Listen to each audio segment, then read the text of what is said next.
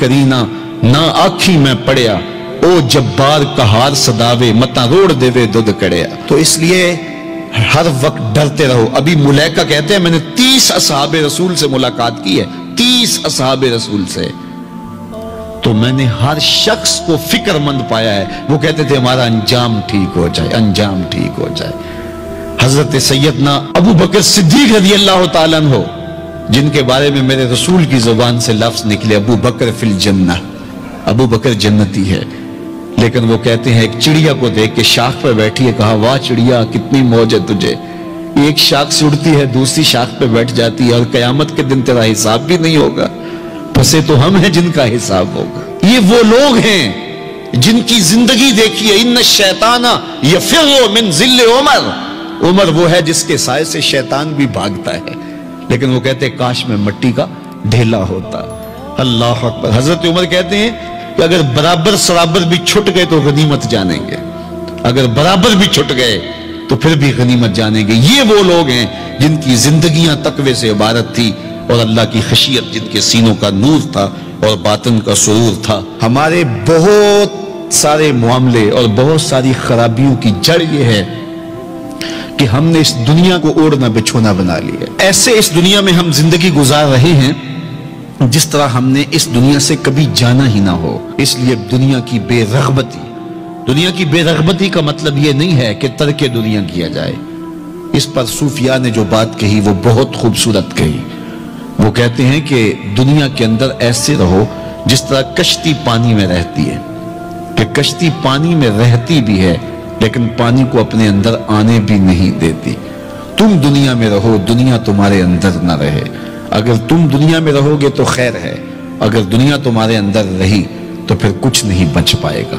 कश्ती पानी में रहे तो खुद भी तैरती है, औरों को भी तैराती है, लेकिन अगर पानी कश्ती में आ गया तो कश्ती को ले डूबेगा। उसकी रहमत के दरवाजे खुले हैं, आज हम उसकी चौखट पे आ जाएं, कल तो आना ही आना है।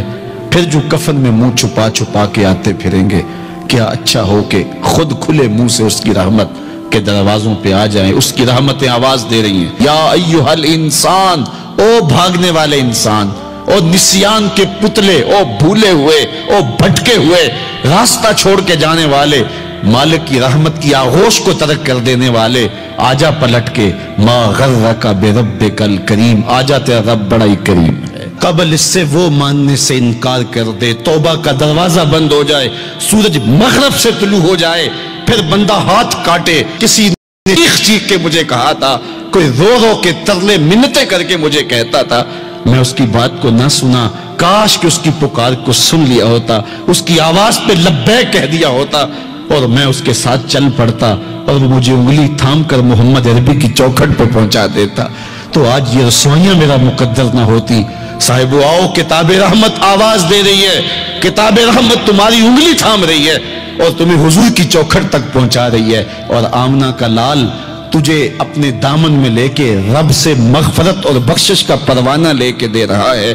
मुजरिम हो तो मुंह अश्कों से धोते चले आओ, आओ दरे तव्वाब पे रोते चले आओ।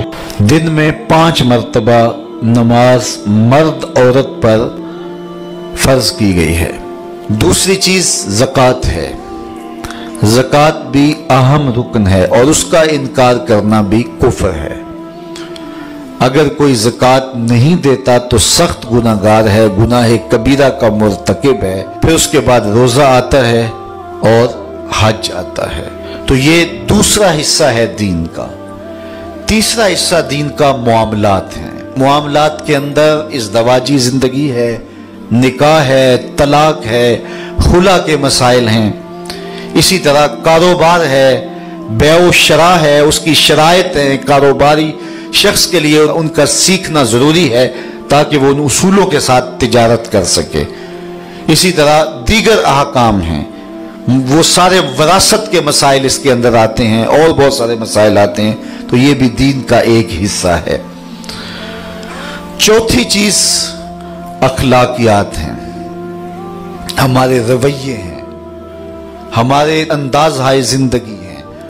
हमने हमसाए के साथ रवैया क्या रखना है, हमने माँ बाप के आदाब की रियायत कैसे करनी है, हमने बच्चों की तरबियत कैसे करनी है, ہم نے بولنا ہے تو ہمارا انداز تکلم کیا ہونا چاہیے؟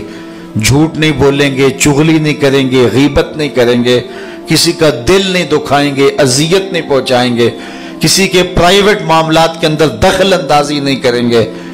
اسی طرح جو ہے وہ اور بہت سارے معاملے ہیں جن کا تعلق اخلاقیات سے ہے، اور دین حسن خلق کا نام ہے۔ قیامت کے دن جب نامہ اعمال میں عمل ڈالے جائیں گے، سب سے زیادہ جس عمل کا وزن ہوگا وہ حسن خلق ہوگا۔